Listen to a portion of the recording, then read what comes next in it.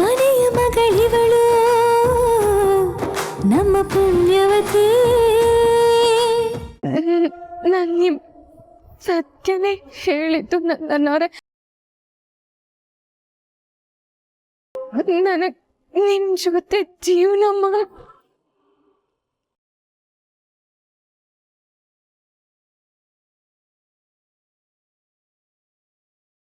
ನಡು ಮನ್ಸಿಗೆ ಇಷ್ಟ ಇಲ್ದಿರೋ ಮಾತನ್ನ ಕಷ್ಟಪಟ್ಟು ಹೇಳ್ಬಾರ್ದು. ಏನೋ ಅಂದ್ಯಲ್ಲ, ನಾನು ಪೂರ್ವಿಕ್ ತಾಳಿ ಕಟ್ಟಿದ ತಕ್ಷಣ ನನ್ನ ನಿನ್ನ ಮನಸ್ಸಿಂದ ಕಿತ್ತಾಕ್ಬಿಟ್ಟೆ ಅಂತ. ನಾನು ನಿನ್ನ ಮನಸ್ಸಲ್ಲಿ ಇಲ್ಲ ಅನ್ನೋದೇ ನಿಜ ಆಗಿದ್ದಿದ್ರೆ ಮದ್ವೆ ಸತ್ಯ ನಂಗೆ ಗೊತ್ತಾಗ್ಬಿಟ್ರೆ ನಂಗೆ ಏನಾಗ್ಬಿಡುತ್ತೋ ಅಂತ ನೀನು ಹೆದರುತ್ತಿರ್ಲಿಲ್ಲ. ನೇರವಾಗಿ ಬಂದು ಹೇಳಿರ್ತಿದ್ದೆ.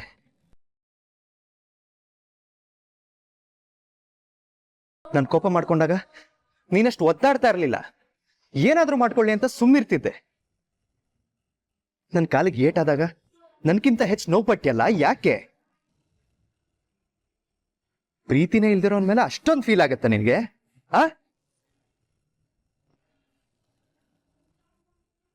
ಆಗ ಪದ್ಮಿನಿ ಜಾತಕ ನಂದನ್ ಜಾತಕ ಜೊತೆ ಹೊಂದಾಣಿಕೆ ಆಗಿತ್ತು. ಈಗ ನೋಡಿದ್ರೆ ಪೂರ್ವಿ ಜಾತಕನೂ ಹೊಂದಾಣಿಕೆ ಆಗ್ತಾ ಇದೆ. ಇದೆಂತ ವಿಚಿತ್ರ ಅಲ್ವಾ ಅಮ್ಮಾಜಿ? ನರೇಂದ್ರ, ನಂದನ್ ಜಾತಕ ಜೊತೆ 100 ಜನ ಹುಡುಗಿಯರ ಜಾತಕ ಕಾಕತಾಳೀಯವಾಗಿ ಹೊಂದಾಣಿಕೆ ಆಗ್ಬೋದು. ಅದು ದೊಡ್ಡ ವಿಷಯ ಅಲ್ಲ. ಆದ್ರೆ ಪೂರ್ವಿ ಜಾತಕ ಯಾಕೆ ಹೊಂದಾಣಿಕೆ ಆಯಿತು ನನಗದನ್ನು ಹೇಳು. ಯಾಕೆ ಅಮ್ಮಾಜಿ? ಯಾಕೆ ಅಂದ್ರೆ ನಂದನ್ನು ಪೂರ್ವಿ ಮಧ್ಯೆ ನಂಟನ್ನ ಬೆಸ್ತಿರೋದು ಆ ದೇವ್ರು. ಏನ್ ಹೇಳ್ತಾ ಇದ್ದೀರಾ ಅಮ್ಮಾಜಿ? ನಿಜಾನೇ ಹೇಳ್ತಿದ್ದೀನಿ ನರೇಂದ್ರ. ಇಲ್ಲ ಅಂದ್ರೆ ನಂದನ್ ಜೊತೆ ಪೂರ್ವಿ ಮದ್ವೆ ಯಾಕೆ ನಡೀತು ಹೇಳು? ನೀನು ಆಗ್ಲೇ ಏನಂದ ಹೇಳು? ಸುಮ್ನೆ ಹೀಗೆಲ್ಲ ಏನು ನಡೆಯಲ್ಲ ಅಮ್ಮಾಜಿ ಎಂದೆ. ಅಂದಮೇಲೆ ಇದೆಲ್ಲ ಆ ದೇವರೇ ನಿರ್ಧಾರ ಮಾಡಿರೋದು ಅಂತ ಆಯ್ತಲ್ವಾ? ಅಂದ್ರೆ ಈಗ ಏನ್ ನಡೆದಿದ್ಯೋ ಸರಿ ಅಂತಿದ್ದೀರಾ? ಆದ್ರೆ ನಮ್ ನಂದನ್ ಪದ್ಮಿನಿ ಪ್ರೀತಿಸ್ತಾ ಇದಾರಲ್ಲ ಅಮ್ಮಾಜಿ. ನೋಡು, ಮನುಷ್ಯರು ಏನೇ ಲೆಕ್ಕಾಚಾರ ಹಾಕ್ಕೊಂಡ್ರು ಕೊನೆಗೆ ನಡೆಯೋದು ದೇವರು ಮಾಡಿದ ಲೆಕ್ಕಾಚಾರದ ಹಾಗೆ. ಜಗತ್ನಲ್ಲಿ ಪ್ರೀತಿಸಿದವರೆಲ್ಲ ಮದುವೆ ಆಗೋದಿಲ್ಲ ನರೇಂದ್ರ. ಕೋಟ್ಯಾಂತರ ಪ್ರೀತಿಗಳು ಸುಳ್ಳಾಗಿ ಸತ್ತು ಹೋಗಿವೆ. ಆದ್ರೆ ಕೊನೆಯದಾಗಿ ಉಳಿಯೋದು ಒಂದೇ, ಅದೇ ಬ್ರಹ್ಮಗಂಟು. ಅದು ಆ ಭಗವಂತ ಬೆಸ್ತಿರೋ ನಂಟು. ಈಗಾಗ್ಲೇ ಅದು ನಮ್ಮ ಪೂರ್ವಿ ನಂದನ್ ನಡುವೆ ನಡೆದು ಹೋಗಿದೆ. ನೋಡು, ನಾನಿಲ್ಲಿ ಪದ್ಮಿನಿ ಮಾಡಿದ್ದು ಸರಿ ಅಂತ ಹೇಳ್ತಾ ಇಲ್ಲ ನರೇಂದ್ರ. ತನ್ನ ಗೋಂಗೊಟ್ನ ತಂಗಿಗೆ ಬಿಚ್ಕೊಟ್ಟು ತಾನೆಲ್ಲೋ ಹೊರಗಡೆ ಹೋಗಿದ್ದು ತುಂಬಾ ದೊಡ್ಡ ತಪ್ಪೆ. ಹಾಗಂತ ಪೂರ್ವಿ ತಪ್ಪಲ್ಲ ಅಂತ ನಾನು ಹೇಳ್ತಾ ಇಲ್ಲ. ಅಕ್ಕನ್ ಗೋಂಗಟ್ನ ಇಸ್ಕೊಂಡು ಅಕ್ಕನ ಜಾಗದಲ್ಲಿ ತಾನು ಕೂತ್ಕೊಂಡು ತಾಳಿ ಕಟ್ಟಿಸ್ಕೊಂಡಿದ್ದು ದೊಡ್ಡ ತಪ್ಪೆ. ಅವಳೊಂದು ಮಾತು ಹೇಳ್ಬೋದಾಗಿತ್ತು, ನಾನು ಪೂರ್ವಿ ಪದ್ಮಿನಿ ಅಲ್ಲ ಅಂತ. ಆದ್ರೆ ಅವಳು ಯಾವುದೋ ಅನಿವಾರ್ಯತೆಗೆ ಸಿಕ್ಕಾಕೊಂಡು ಹೇಳೋದಕ್ಕಾಗ್ಲಿಲ್ಲ. ಈಗ ಆ ಲೆಕ್ಕಾಚಾರನೆಲ್ಲ ನಾವು ಪಕ್ಕಕ್ಕಿಡ್ಲೇಬೇಕು. ಅಮ್ಮಾಜಿ, ಹಾಗಾದ್ರೆ ಈಗೇನ್ ಮಾಡ್ಬೇಕು ಅಂತ ನಿರ್ಧಾರ ಮಾಡಿದ್ದೀರಾ? ಅವತ್ತು ಮದುವೆಯಲ್ಲಿ ಅಗ್ನಿ ಸಾಕ್ಷಿಯಾಗಿ ಸಾಂಪ್ರದಾಯಿಕವಾಗಿ ಏನ್ ನಡೀತೋ ಅದೆಲ್ಲ ಲೆಕ್ಕಾಚಾರ ಹಾಕಿ ಹೇಳೋದಾದ್ರೆ ಪೂರ್ವಿನೇ ನಂದನಿಗೆ ನಿಜವಾದ ಹೆಂಡತಿ.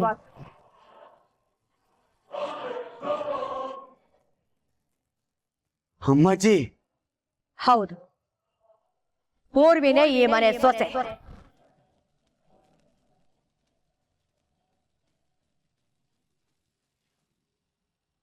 ನಂಗೆ ಗೊತ್ತು ಪದ್ಮಿನಿ, ನಿನ್ ಮನ್ಸು ತುಂಬಾ ನಾನೇ ಇದ್ದೀನಿ. ಆದ್ರೆ ಸಂಪ್ರದಾಯ ಅದು ಇದು ಅಂತ ನಿನ್ ಮನ್ಸನ್ ಕಟ್ ಹಾಕಿದ್ಯಾ. ಇಲ್ಲ ಇಲ್ಲ, ನನ್ ಉತ್ತರನ ಬದಲಾಯಿಸೋ ಪ್ರಯತ್ನ ಮಾಡ್ಬೇಡಿ. ನಾನ್ ನಿಮ್ಮೇಲಿಟ್ಟಿರೋ ಗೌರವಕ್ಕೆ, ನನಗ್ ನಿಮ್ಮೇಲಿರೋ ಸ್ನೇಹಕ್ಕೆ ಪ್ರೀತಿ ಅನ್ನೋ ಬಣ್ಣನ ಹಚ್ಚಬೇಡಿ. ಯಾವ ಬಣ್ಣ ಹಚ್ಚೋದು ಬೇಕಾಗಿಲ್ಲ. ಎಲ್ಲ ನಿನ್ ಕಣ್ಣಲ್ಲೇ ಕಾಣಿಸ್ತಾ ಇದೆ.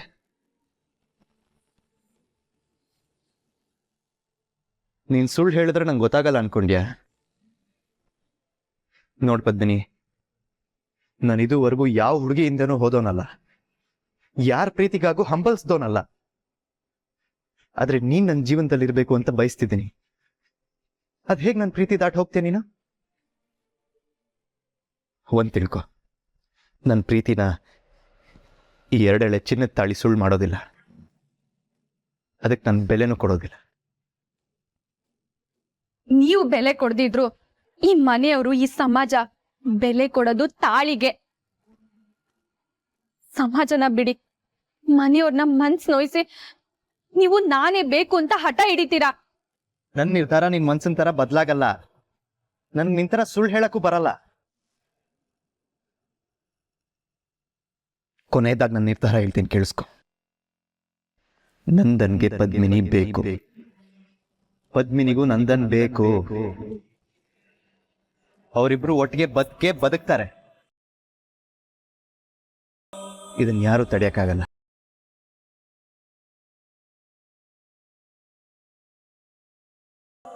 ನೀನ್ ಯಾವತ್ತಿದ್ರು ನಾನು ಹೇಳ್ತೀನಿ, ಈ ಮನೆ ಸೊಸೆ.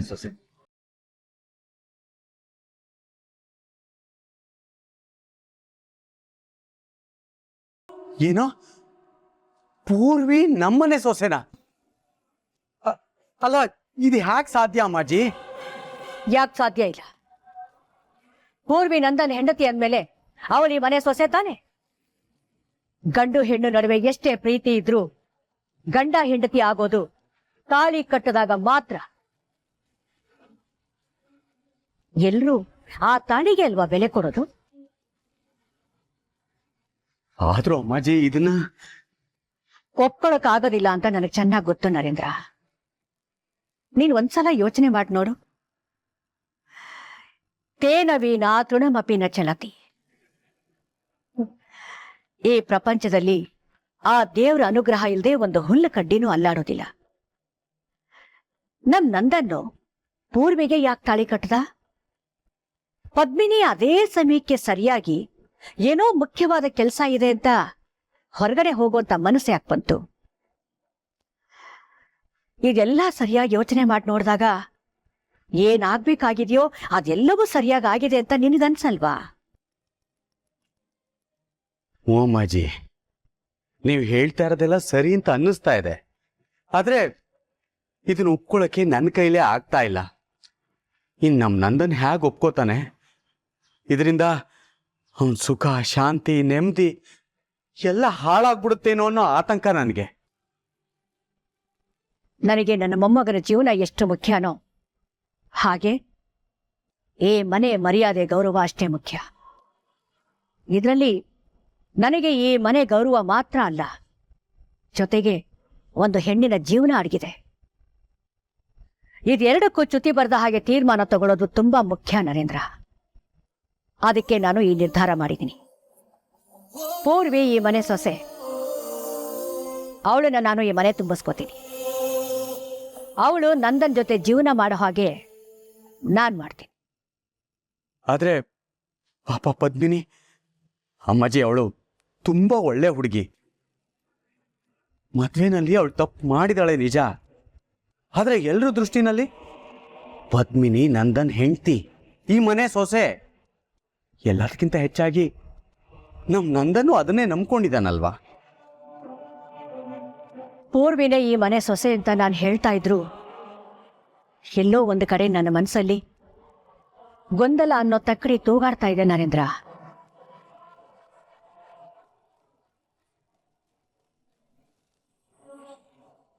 ನಂದೊಂದು ಪೂರ್ವಿನ ಒಟ್ಟಿಗೆ ಸೇರ್ಸೋಣ ಅಂತ ನೋಡಿದ್ರೆ ಪದ್ಮಿನಿ ಏನು ಅನ್ನೋ ಪ್ರಶ್ನೆ ಬರುತ್ತೆ. ಅದೇ ಪದ್ಮಿನಿ ನಂದನ್ನ ಸೇರ್ಸೋಣ ಅಂದ್ರೆ ಮನಸ್ಸೊಪ್ತಾ ಇಲ್ಲ. ನ್ಯಾಯವಾಗಿ ನೋಡಿದ್ರೆ ಪೂರ್ವಿನೇ ನಂದನ್ ಹೆಂಡತಿ. ಪದ್ಮಿನಿ ದೊಡ್ಡ ತಪ್ಪು ಮಾಡಿರ್ಬೋದು, ಹಾಗಂತ ಅವಳಿಗೆ ಅನ್ಯಾಯ ಆಗೋದಕ್ಕೆ ನಾನು ಖಂಡಿತ ಬಿಡೋದಿಲ್ಲ.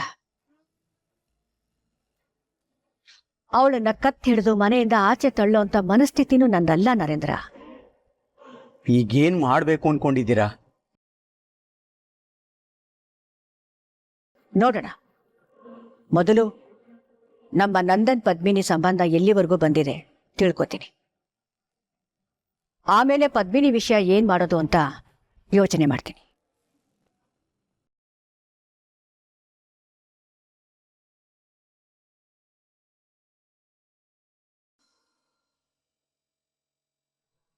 ಸಾಕು.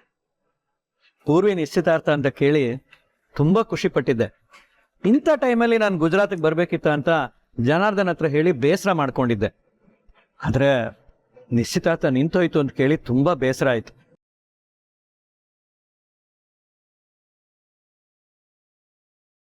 ಮನೆ ಪರಿಸ್ಥಿತಿ ಸರಿ ಇಲ್ಲ, ನೀವು ಹೋಗಿ ಇಲ್ಲಿನ ಮೀಟಿಂಗ್ಸ್ ಎಲ್ಲ ನಾನು ನೋಡ್ಕೋತೀನಿ ಅಂತ ಜನಾರ್ದನ್ ಫ್ಲೈಟ್ ಟಿಕೆಟ್ ಮಾಡಿ ಕಳಿಸ್ಬಿಟ್ಟ.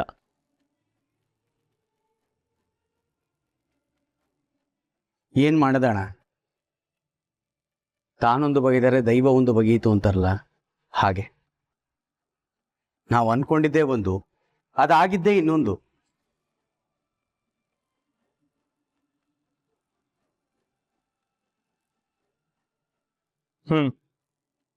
ಆದ್ರೆ ಪೂರ್ವಿ ತುಂಬಾ ಒಳ್ಳೆ ಹುಡುಗಿ. ಅವಳಿಗೆ ಹೀಗಾಗಿದ್ ಕೇಳಿ ತುಂಬಾ ನೋವಾಯ್ತು. ಪಾಪ ಬೀಗರಿಗೂ ಎಷ್ಟು ಬೇಜಾರಾಗಿರುತ್ತೋ ಏನೋ. ಹೋಗ್ಲಿ ಬಿಡು ವೀರೇಂದ್ರ, ಆಗಿದ್ದಾಗೋಯ್ತು, ಏನು ಮಾಡೋದಕ್ಕಾಗಲ್ಲ. ಮಾಲ್ತಿ, ನಂದನ ಪದ್ಮಿನಿ ಊಟಕ್ಕೆ ಬರ್ಲಿಲ್ವಾ? ಅಮ್ಮಾಜಿ, ಪದ್ಮಿನಿ ಇನ್ನೂ ಜಗಳ ಮಾಡ್ತಿದ್ದಾಳೇನೋ. ಪಾಪ ನಂದನ್ ಅವಳನ್ನ ಸಮಾಧಾನ ಮಾಡಕ್ಕಾಗ್ದೆ ಒದ್ದಾಡ್ತಿದ್ದಾನೇನೋ. ಜಗಳನ? ಏನ್ ಜಗಳ? ಅಯ್ಯೋ, ಅಂಥದೆಲ್ಲ ಏನೂ ಇಲ್ಲ ರೀ. ಇರತ್ತಲ್ಲ ಗಂಡ ಹೆಂಡತಿ ಮತ್ತೆ. ಓ, ಬಾ ನಂದನ್, ನಾನೇ ಕರಿಯಕ್ ಬರೋಣ ಅಂತಿದ್ದೆ. ಪದ್ಮಿನಿ ಬರೋದಿಲ್ವಾ ಊಟಕ್ಕೆ? ಅಜ್ಜಿ, ಅದು ಪದ್ಮಿನಿ ಸ್ವಲ್ಪ ಡಿಸ್ಟರ್ಬ್ ಆಗಿದ್ದಾಳೆ. ಪಾಪ ಅವಳಿಗೂ ಬೇಜಾರಾಗಿರುತ್ತೆ. ಸರಿ, ನೀನ್ ಬಾ ಊಟಕ್ಕೆ ಕೂತ್ಕೋಬಾ, ನಾನು ಅವಳನ್ನ ಕರ್ಕೊಂಬರ್ತೀನಿ. ಅಮ್ಮಾಜಿ, ಪದ್ಮಿನಿನ ಕರಿಯೋದಿಕ್ಕೆ ನೀವ್ ಹೋಗ್ತೀರಾ? ಅಲ್ಲ, ಇಷ್ಟಕ್ಕೆಲ್ಲ ನೀವ್ಯಾಕೆ ಹೋಗ್ಬೇಕು ಅಂತ. ಹೌದಮ್ಮಾಜಿ, ನಾನೇ ಹೋಗಿ ಕರ್ಕೊಂಬರ್ತೀನಿ, ನೀವು ಊಟ ಮಾಡಿ. ಪರವಾಗಿಲ್ಲ, ನಾನು ಕರ್ಕೊಂಬರ್ತೀನಿ. ಅಜ್ಜಿ, ನೀನು ಊಟ ಮುಂದುವರ್ಸು, ನಾನೇ ಕರ್ಕೊಂಬರ್ತೀನಿ.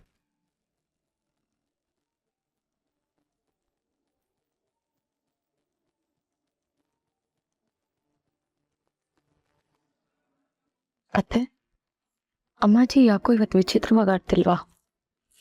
ಹೌದು ಚಂಚು, ನನಗೂ ಹಾಗೆ ಅನಿಸ್ತಾ ಇದೆ.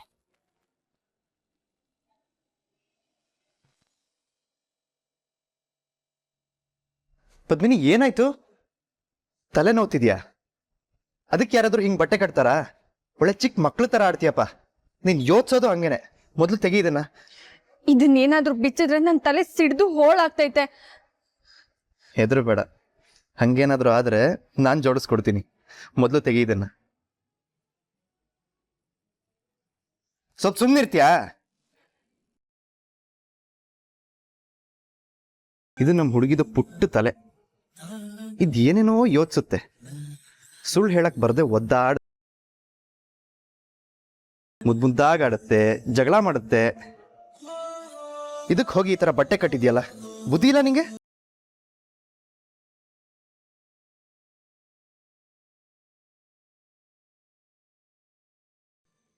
ತಲೆ ನೋವ್ತಿದ್ರೆ ಟ್ಯಾಬ್ಲೆಟ್ ತಗೋಬೇಕು ಪದ್ಮಿನಿ. ಬಾ, ನೀನು ಬೆಳಗ್ಗೆಯಿಂದ ಏನೂ ತಿಂದಿಲ್ಲ, ಹಸುವಿಗೆ ತಲೆನೋವು ಬಂದಿರುತ್ತೆ. ಹೌದು, ನನಗೆ ಯೋಚನೆ ಮಾಡೋಕ್ಕೆ ಬೇರೆ ಯಾವುದೂ ವಿಷಯ ಇಲ್ಲ. ಹಸುವಾಗಿರೋದಕ್ಕೆ ನಂಗೆ ತಲೆನೋವು ಬಂದಿರುತ್ತಲ್ವಾ? ಛೇ, ನನಗಿದು ಗೊತ್ತೇ ಆಗ್ಲಿಲ್ವಲ್ಲ. ನೀನು ಬೇಡದಿರೋ ವಿಷಯಗಳಿಗೆ ತಲೆ ಕೆಡ್ಸ್ಕೊಳ್ಳೋದು ನಿಲ್ಲಿಸ್ಬೇಕು. ಕೆಳಗಡೆ ಎಲ್ಲರೂ ಕಾಯ್ತಾ ಇದಾರೆ, ಬಾ ಊಟ ಮಾಡೋಣ.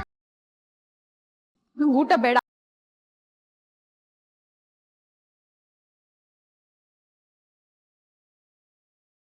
ಹಠ ಮಾಡಬೇಡ ಪದ್ಮಿನಿ, ಎರಡೇ ಎರಡು ತುತ್ತು, ಬಾ.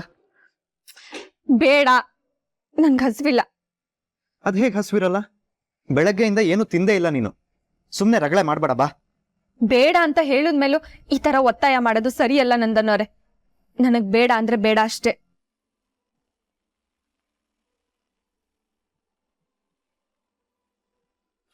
ಏನಕ್ಕಿ ನಗು? ಬೇಡ ಅಂದಮೇಲೆ ಒತ್ತಾಯ ಮಾಡಬಾರ್ದಲ್ವಾ? ನಿಂಗೆ ಈ ವಿಷಯ ಗೊತ್ತು ಅಂತ ನಂಗೆ ಗೊತ್ತೇ ಇರಲಿಲ್ಲ ನೋಡು. ಇಷ್ಟು ದಿನ ನಿನ್ನ ಡಿಕ್ಷನರಿಲಿ ಬೇಡ ಅಂದ್ರೆ ಬೇಕು ಅಂತ ಅರ್ಥ ಇದೆಯೇನೋ ಅನ್ಕೊಂಡಿದ್ದೆ.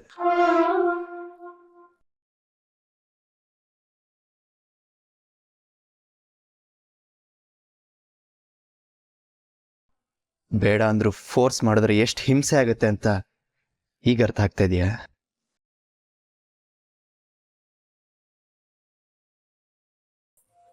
ಬಿಡು, ಈಗ ಈ ವಿಷಯ ಯಾಕೆ? ನಿನ್ ತಲೆನೋವು ಹೆಚ್ಚು ಮಾಡಕ್ ನಂಗೂ ಇಷ್ಟ ಇಲ್ಲ. ಆಮೇಲೆ ನೀನ್ ಈ ವಿಷಯದ ಬಗ್ಗೆ ಮಾತಾಡಕ್ ಶುರು ಮಾಡಿದ್ರೆ ನನಗ್ ತಲೆನೋವು ಬಂದ್ರು ಬಂತು. ಈ ಮ್ಯಾಟ್ರೇ ಬೇಡ, ಬಾ ಊಟಕ್ಕೆ. ನಿಮ್ಗೆ ಎಷ್ಟು ಸಲ ಹೇಳೋದು ನನ್ಗೆ ಊಟ ಬೇಡ, ನೀವು ಹೋಗಿ ಮಾಡಿ.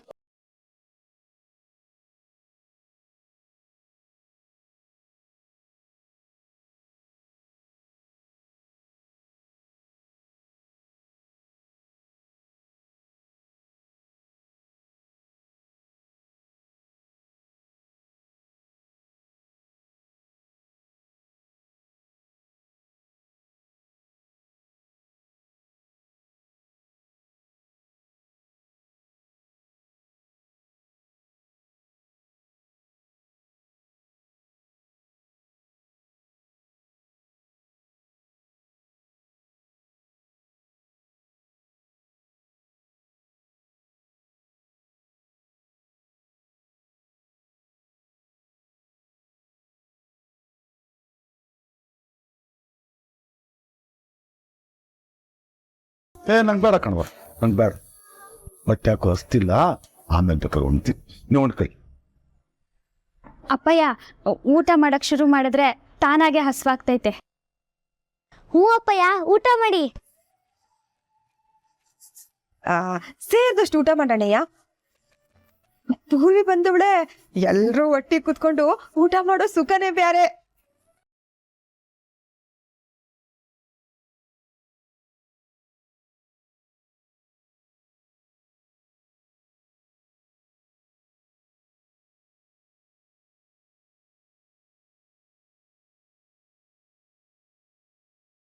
ಅಲ್ಲ ಕಣವ, ನನಗೆ ಈಟ್ ಅಂತಾರ ಅನ್ನ ಹಾಕ್ಬಿಡದ. ಎಂದ ನಾನು ಉಂಡಿದ್ದೀನಿ ಐಟ್ ಅಂತ. ನನ್ನ ಕೈಲ ಹಾಕಿಲ್ಲ ಬಿಡು.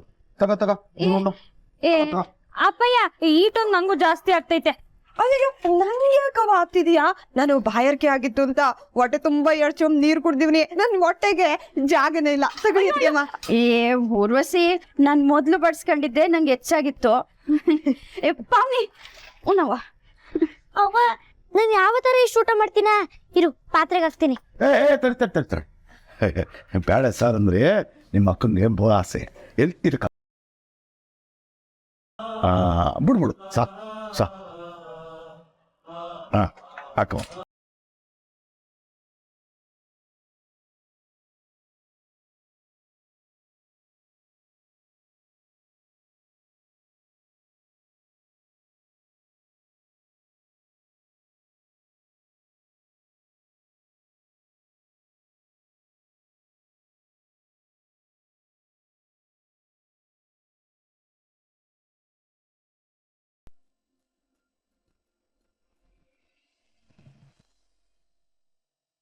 ಅಮ್ಮಾಜಿ, ಯಾಕೆ ಊಟ ಮಾಡ್ತಿಲ್ಲ? ಮಾಡ್ತೀನಿ.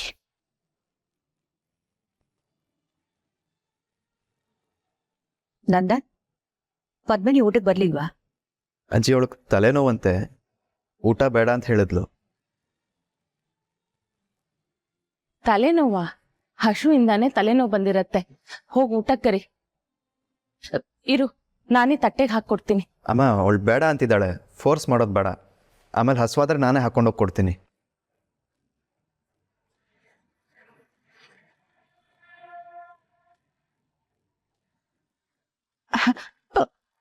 ಹೆಂಡತಿನ ಹೇಗ್ ಚೆನ್ನಾಗಿ ನೋಡ್ಕೋಬೇಕು ಅನ್ನೋದನ್ನ ನಮ್ಮನೆ ಗಂಡಸರೆಲ್ಲ ನಂದನ್ನ ನೋಡಿ ಕಲಿಬೇಕು. ಕರೆಕ್ಟ್ ಅತ್ತೆ. ಪದ್ಮಿನಿ ಎಷ್ಟೇ ಸೆಟ್ ಮಾಡ್ಕೊಂಡ್ರು ನಂದನಿಗೆ ಮಾತ್ರ ಪದ್ಮಿನಿ ಮೇಲೆ ಒಂಚೂರು ಪ್ರೀತಿ ಕಮ್ಮಿ ಆಗಲ್ಲ. ವಾವ್, ಇಂಥ ಗಂಡ ಸಿಗೋದಕ್ಕೆ ಅದು ಎಷ್ಟು ಪುಣ್ಯ ಮಾಡಿರ್ಬೇಕು. ಚಂಚಲ, ಸುಮ್ಮನೆ ಊಟ ಮಾಡೋದಕ್ಕಾಗಲ್ವಾ?